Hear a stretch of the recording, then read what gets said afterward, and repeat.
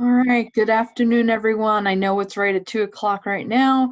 I am going to give people just a couple more minutes because it's the first day to join us.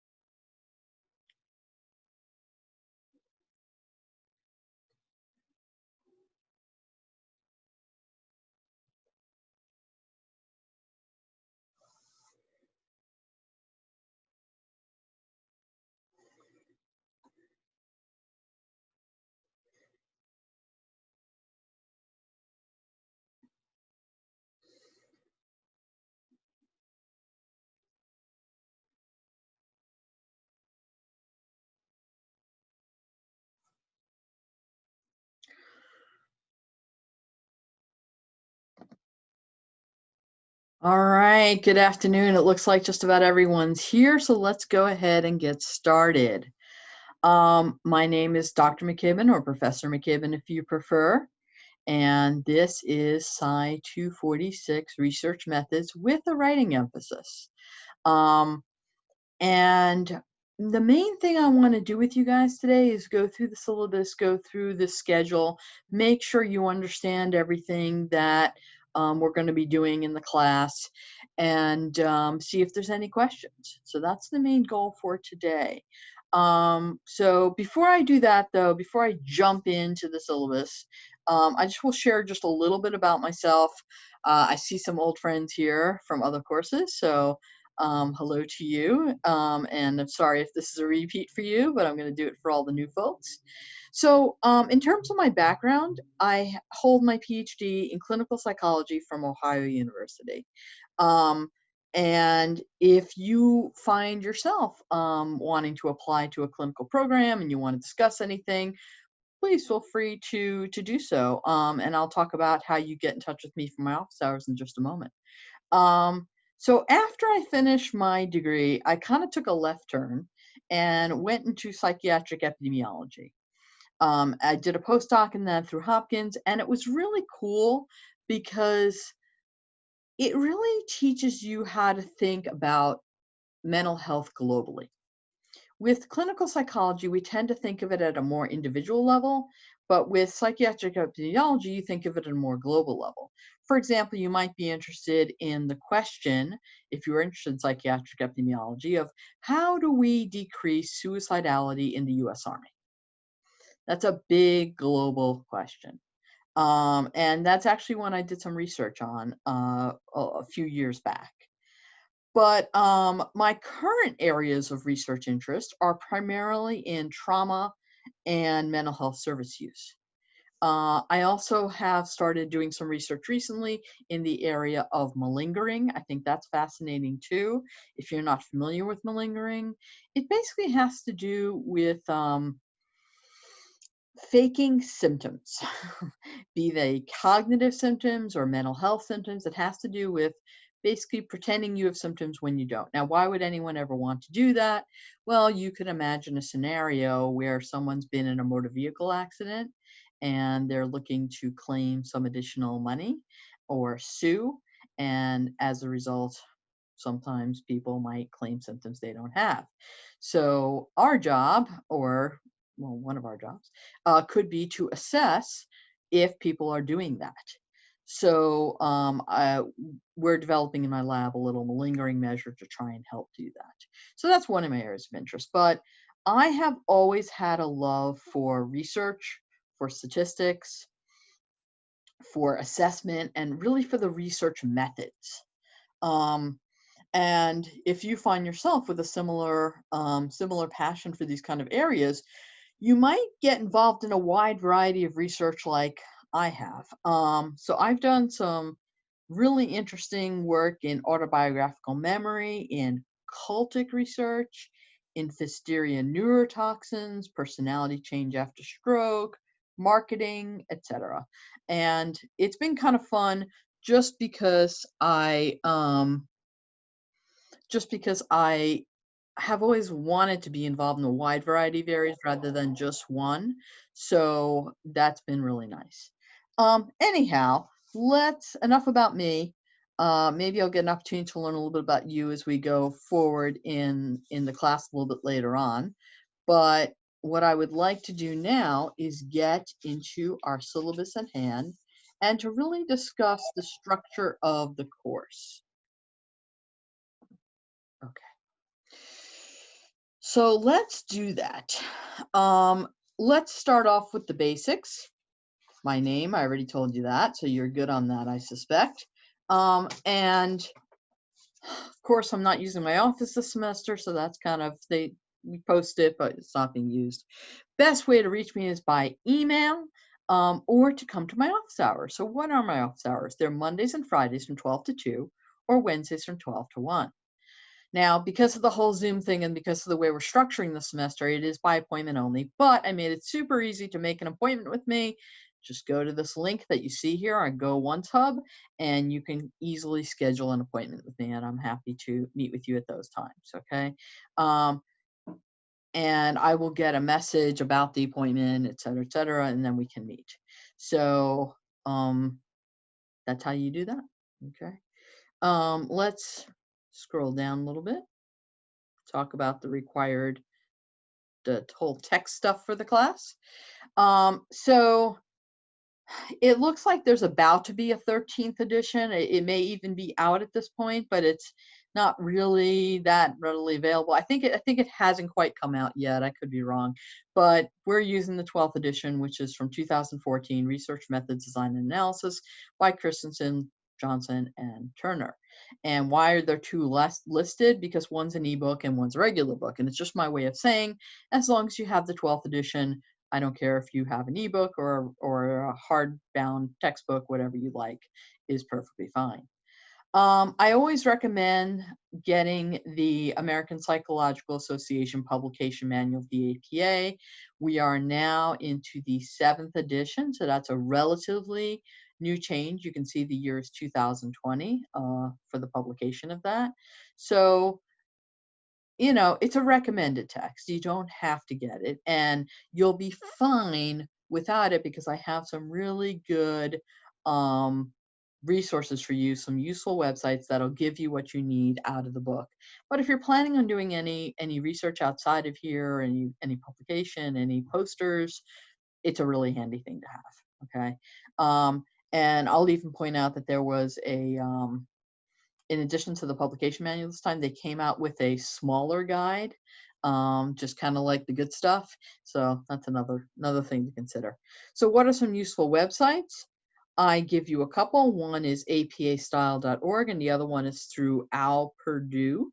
And they're both will give you a lot of information about how to use the APA format, which is something we're going to do in this class. Okay, and that's why I'm, of course, recommending the publication manual, because you're going to be using APA format in your writing. Okay. I don't think I need to go through the prerequisites too much. I do often say it's helpful to have another course beyond Psychology 100 other than the stats course you've taken. And the only reason for this is it's helpful for you to be able to create a nice research idea if you have exposure to other content areas in psychology. But it's not critical if you don't have that. Don't worry about it too much. Just maybe that you dive into the literature a little more to help you come up with ideas, but don't worry about it. Okay, so let's get into our course description. So the work and activities of this course have been chosen specifically to help meet the university's general education goals and student learning outcomes described below. You will be asked to develop an original research hypothesis grounded in past research. In order to do this, you must review and evaluate empirical studies. Next, you will design a study to test the hypotheses using research methodologies. This activity will provide you with hands-on experience with research design. Now, this is where we're switching things this semester. Normally, I have students collect data. That doesn't really, I could have had you collect some electronic data. I'm not going to do that. You're going to be provided with data. So that's nice. You don't have to actually collect your own data. And you will analyze the results of the data that you're provided with by me. You'll analyze the results of the study using the statistical techniques covered in Sci 245, which reinforce the importance of the mathematical concepts that you learned in your stats class. And you'll write the results in discussion sections. Finally, you will develop an APA-style research poster and write an abbreviated APA-style research methods report. And this task will encourage you to engage in critical thinking and enhance your scientific writing ability. Another change for this semester, I'm just going to share this with you, is that I often had students print out and present their posters, but we're not going to do that. That doesn't really work with the way we're structuring the course this semester, which is not a problem. You just will have your poster electronically, and we'll talk more about that as we go forward. Okay. I do, I'll talk a little bit about the writing emphasis. This is a writing emphasis course, and so it means we're all committed to this improvement in student writing, and it means that a lot of the tasks, a lot of the things you'll be doing throughout this course have this writing piece to it. So like the two exams will have writing pieces to it, which means it won't just be multiple choice. You'll have some writing to do. You'll have several drafts of a research project that you're going to submit over the course of the semester, allowing you to master the skill of scientific writing. And you're also going to have this peer critique assignment to introduce effective writing evaluation. And we're going to devote time in class to discuss the components of scientific writing. Although how we do that will be a little bit different. Okay. So here's the COVID-19 statement. If you've had any classes so far today, you have probably already seen this on your syllabus. So I do encourage you to read it, and it does talk about for this course how we're going to do things. And I will tell you more about how we're going to do things in just a moment. One thing I do want to point out is that you'll see that content lectures are going to be pre-recorded and available on YouTube. And we're going to use class meetings for questions, writing activities, methods activities, and assessments. So it's going to be a little bit different. And then I do want to note that all classes will be recorded and posted on YouTube for the benefit of all class members. If that causes you any discomfort or disease or anything like that, please do feel free to contact me to talk about it. We can talk it through and we can hopefully find something that'll make you feel more comfortable. Okay. So, but it's really for the benefit, like, for example, let's say you miss a class. It was questions about topic A, and you really wish you could be there, but you got really sick. You didn't feel like you could, you could handle being online for an hour. You can listen to the YouTube later. So it is really nice for that reason. Okay. Learning objectives, I won't go through these specifically, but please note that all the learning objectives are specifically tied to assessment tools that we're using throughout the semester. Same with the general education goals. Okay, so what I want to get into is the course format. Okay, so I already started to share this with you. The content portion of this course takes the form of pre-recorded lectures that will be prepared and uploaded to YouTube. And all the videos can be found on my YouTube channel, and the site is right there. Okay. So that means that this course is going to be taught primarily using what's called a flipped classroom style. So you will review lectures on your own on YouTube, then come into class with any questions that you might have regarding the material. So I do want to share that active participation is essential, and you're encouraged to pose questions at any time during class. And you may be asked to complete class activities in small groups during class. Now, here's the thing. You're going to notice in the Zoom class schedule guide, which comes a little bit later in the syllabus, we'll get to it, that classes are either printed in black or red. Now, while I strongly encourage you to attend all classes, the ones printed in red are the most critical, and as such, attendance will be taken those days. Please note that all classes will be recorded and posted on YouTube for the benefit of all class members. Okay, so you'll see that the black days are the ones where we're reviewing, where we're talking about questions, we're doing that sort of activity. And the red ones where we're actually engaged in some of those things I mentioned before, where you're doing either a writing activity or something like that. And for this class, the way it works out is that for most of the course, the red days are on Fridays, Monday and Wednesday are question days. Okay, now today's course is an exception because it's nice for us all to be here today to learn about this stuff. But that's most of it. And then you'll see how it changes a little bit. I'll walk you through it in a little bit. So in addition to YouTube, your other big friend in this class is D2L. That's where I'm going to post a bunch of stuff for you, and you're going to want to check D2L and YouTube quite frequently, okay? Although you'll have your schedule, which will guide you. So let's talk a little bit about assessment. Okay, so the big thing that you're doing this semester is developing a research project, okay? An original independently written research project, which has two parts.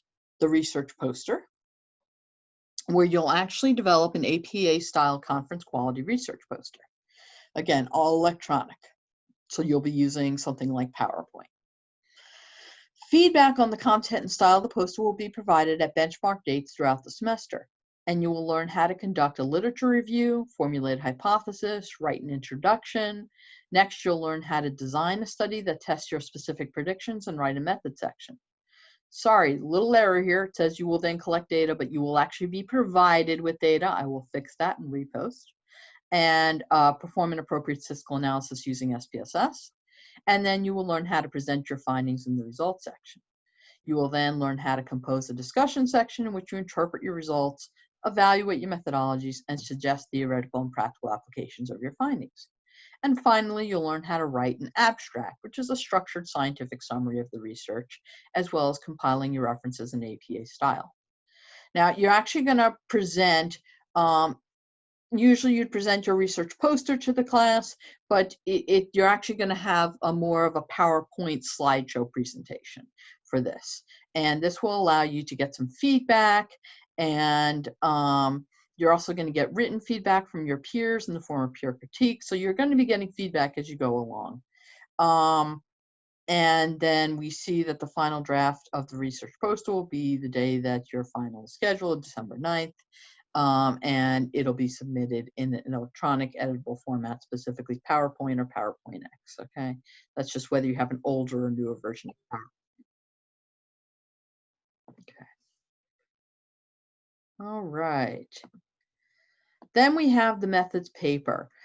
This is not too long a paper, so one nice thing about this class actually is that you're not going to be writing one of these 20 or 30-page papers that you might do in other classes, but I am teaching you concise scientific writing. Okay, that's the goal.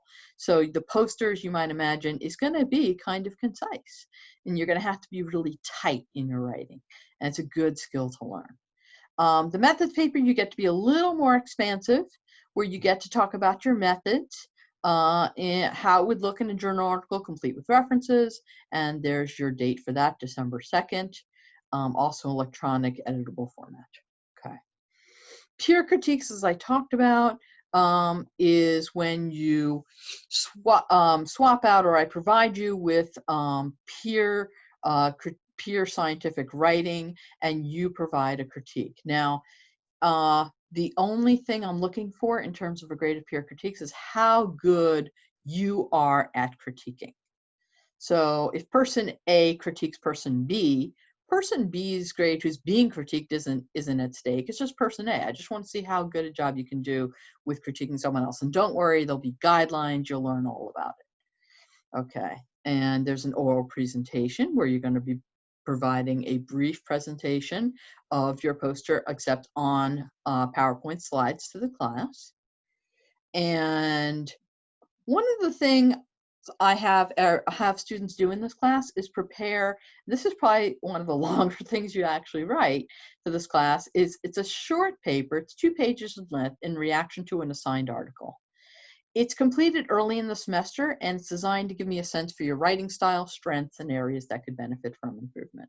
Just to give me a sense if there's something that maybe you and I should talk about in terms of your writing, any other assistance you might want to get, just to give me a feel for how your writing is, okay? Here are the dates for the exams. I should mention, as you see, the exams are September 23rd and October 26th, that it's kind of a top-heavy class, if you will. A lot of stuff happens up front, or front-heavy class, because a lot of the stuff happens early on because we need room at the end for those presentations. So there'll be days at the end where you're just watching people present or presenting yourself, and you know, working on your final poster perhaps, and those sort of things. So that's how this class generally goes. Okay. So again, participation during the red days, those are the days I would like you to be there. Those are the days you will actually be taking attendance, and I feel that those are important days to be present. Okay, let's look at this real quick. I'll go back up for just a second. Excused absences follow the general policy, but here's the note I want to make. Because of the nature of this class, it's really important that you get your assignments in on time. So, worst case scenario, if you get an assignment, and this is without a university sanctioned event or a university emergency, if you get it in and it's within 48 hours of the posted deadline, you'll be subject to a 50% deduction. So no one wants that, of course, so please get your assignments in on time, okay? Makeup exams, same rules about documentable university sanctioned or emergency events, okay? All your written assignments will be typed and submitted to D2L using the formatting requirements provided. I don't mind if you, I mean, most of the time you're probably going to be writing in Word. And if you are someone who uses a Mac and writes in Pages, that's not a big deal. I just ask that you convert it to Word before you are done. And there is a method for doing that in Pages. I'm not a Mac expert, but if you need help with it, I think I can figure it out with you, okay? Just let me know. So here's your grading scheme. And you can see the breakdown of all the different pieces, okay? So reaction paper, 2.5%. That's, again, just by getting a feel for what you're doing, so kind of a low stakes activity. The introduction, 5%. The full methods, 7.5%. Your peer critiques are 10%. Exams are only worth 25%, and that's for both exams, so 12.5% apiece, because the emphasis is really on the writing. Then you have your oral presentations, your final full methods paper, your final research poster, and your participation. Okay, so that's how it all breaks out. I kind of like it because no particular one, with the possible exception of the final research poster, is worth that much. So it kind of spreads it out nicely. Okay, and here's your breakdown of percentage points. Nothing too crazy here. It's just what is typical with Westchester University.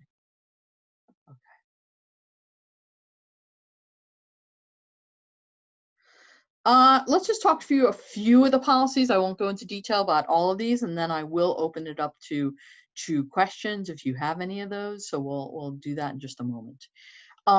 So D2L, I already mentioned, a lot of stuff's going to be posted on D2L. You do want to check that pretty frequently, okay? Email, the only thing I want to talk about there really is how I check and reply to email, which is weekdays from 8 a.m. to 7 p.m. So if you send an email during this time period, I'll typically reply within 24 hours. Therefore, if you send an email during the evening after 7 p.m., you can expect a response the following weekday. If you send an email over the weekend, you can expect a response the following Monday. Okay. Now, I will tell you, there are times I'm on email 8 o'clock, 9 o'clock, even at night, and I'll send a reply. I'm just not guaranteeing I will do that because it doesn't always happen. It's not always possible. So this is my guarantee to you that in terms of my reply, okay? And don't forget, you can always schedule office hour time with me too, okay? Well, these are all good policies, all important. I just don't feel the need to get into all of them in great detail.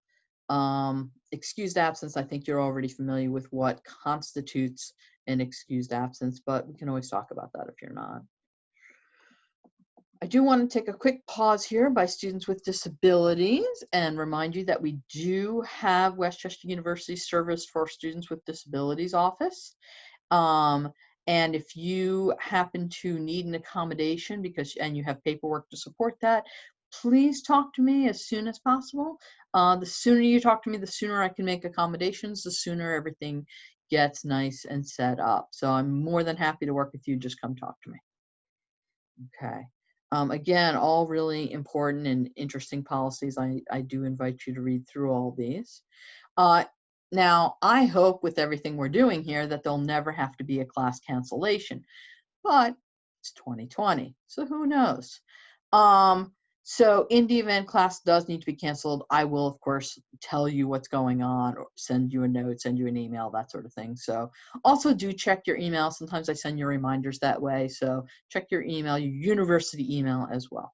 Okay. All right. Academic help. So I just like to always post this at the end of my syllabi so that it can give you a good sense of what you can do in terms of either asking professors, forming a study group, going to the Learning Assistance and Resource Center. There's also a lovely writing center that can be really helpful. I've had students before go to the writing center, and they've always had positive experiences. So lots of good places, including the counseling center and the resource pantry. So please take advantage of any of these resources that are available to you if you should need them. Okay, I just got to adjust my Zoom here real quick. Let me do that. Perfection. Okay. Here is your lecture Zoom assignment schedule for this semester, and I just want to go through it real briefly and explain how it works. So the dates are on the left, okay, that's pretty straightforward. The lecture to view on a given day is in the next column. So for example, today is Monday, 8/24, so you would want to review the lecture that's posted on YouTube called What is Science? And the associated reading is chapter 1, okay? So you do that. You see there's no assignment coming up yet, great. And you can see that in class, what are we doing? A welcome, syllabus, and introduction to the course. Then let's do a couple days together. Wednesday, you see the next lecture is Hypotheses. Reading is chapter 3. We're coming back around to chapter 2, so don't worry about it, okay? And the assignment is going to be that reaction paper. Now you see it's not due Wednesday, it's just telling you it's coming up, which means it should be posted that day. And we'll probably talk about it a little bit that day. Or I'll talk about it in the lecture for you. So you're going to submit it by September 9th. So you've got some time to work on it, but I'll get stuff posted for you by this Wednesday so you have all that information. And then when you go to the right, you see What is Science? Open questions. Have questions about lecture 1? Come to Wednesday, 8/26 in class, and we'll talk about your questions or anything else that may have, come up with respect to the syllabus or those sort of things. We'll talk about all that. If no questions, you don't need to come to Wednesday. That's fine. However, you notice Friday. Okay, yay, you get the day off from actually having to view a lecture, but you see that it's a red day, as I promised Fridays would primarily be, and the activity is headlines and hypotheses. So we're going to be doing a little fun activity around how does one even start to develop a hypothesis? How does this even work? So it's a nice little activity. I think you'll enjoy it.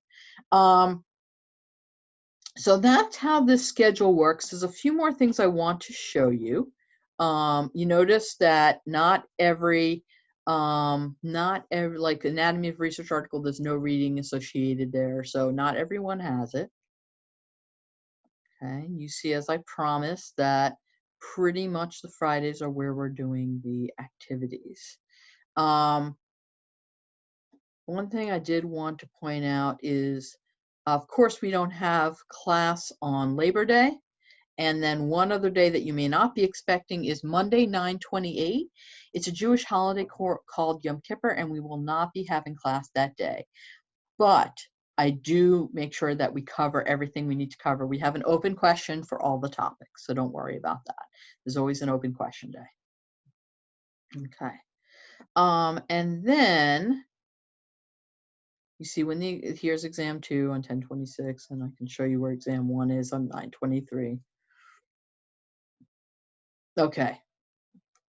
Now, you see where sometimes we actually do, and this only starts in November 2nd on a Monday, we are meeting. That's a red day, even though it's not a Friday. It's an additional red day. However, at some point in the semester, you are all going to be choosing or randomly assigned to a number. And the number will have to do with when you do your presentation, okay? And it'll be a fair way. I haven't quite figured out how we're going to do that yet because I'm used to doing it in person, but we'll figure it out. And we'll find a fair way to give you guys some number that associates with when you're going to meet with me to talk about your project, and then when you're going to do your oral presentation. So you can see, let's say you're number 8. Then you're off Wednesday. You come in Friday, 11/6, to talk with me, along with the other people who are numbered 6, 7, 9, and 10. But then you don't have to meet with me the whole next week, right? These are just meetings. You only come to one meeting based on your student number that you'll be given later on in the course. So that's nice here. So even though they're all red, you only come to one. However, for the oral presentations, you do want to be present at all of them, because you're the either you're presenting or you're the audience for people who are presenting. So that's how that works out. So for the oral presentations, you do want to be present, but if you're not presenting, all you've got to do is sit, listen, maybe provide a little bit of feedback to those that are presenting.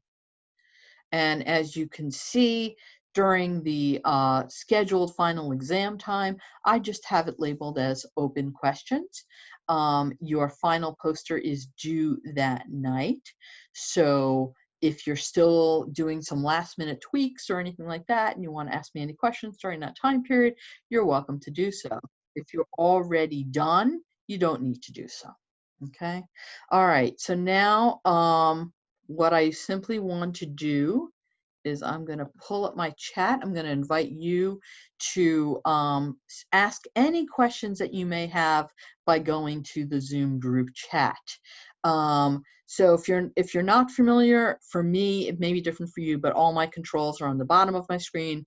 If I click the more with the 3 dots, I see a chat all the way at the top, and that's where you can open it up and actually ask me any questions you might have. So I'm just going to give you a moment or two to think about if you have any questions, anything you might want to ask. I'm going to take a pause, and then we'll go from there, okay? So if there's anything you have a question about, not sure about, anything like that, please feel free to ask in the chat.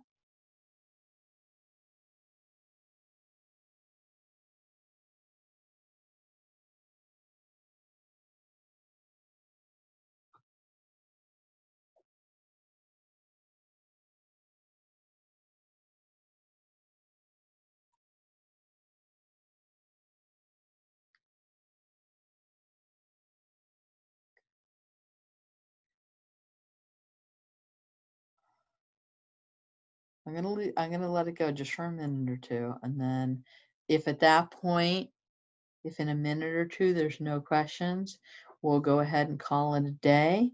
And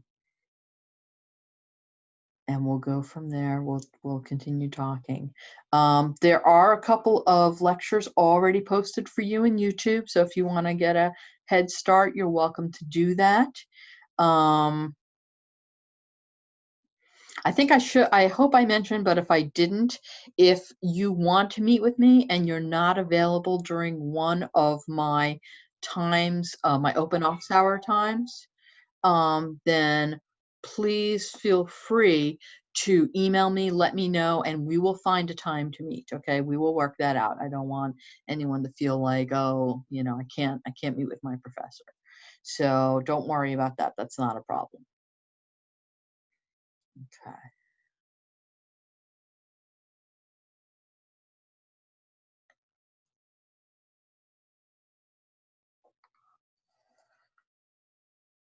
So let me leave it like this. If you'd like to hang back, introduce yourself, say anything, okay, no problem, that happens.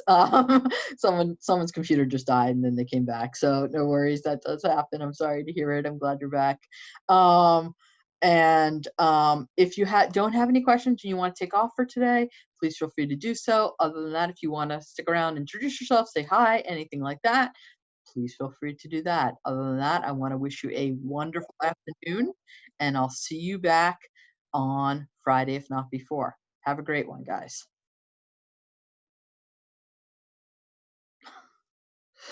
Nice to meet you. Nice to meet you, Ashley.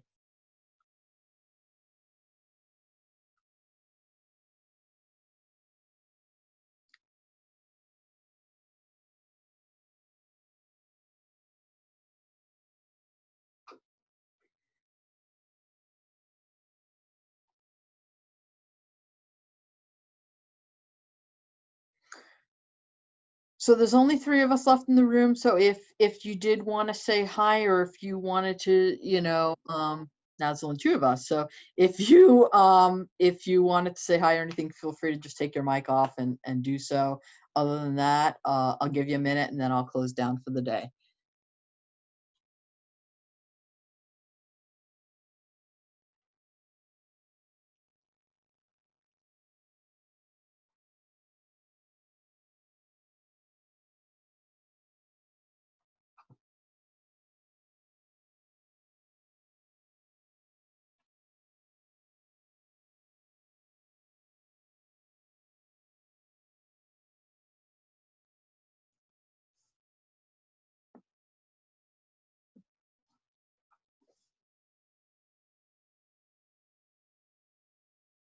Okay.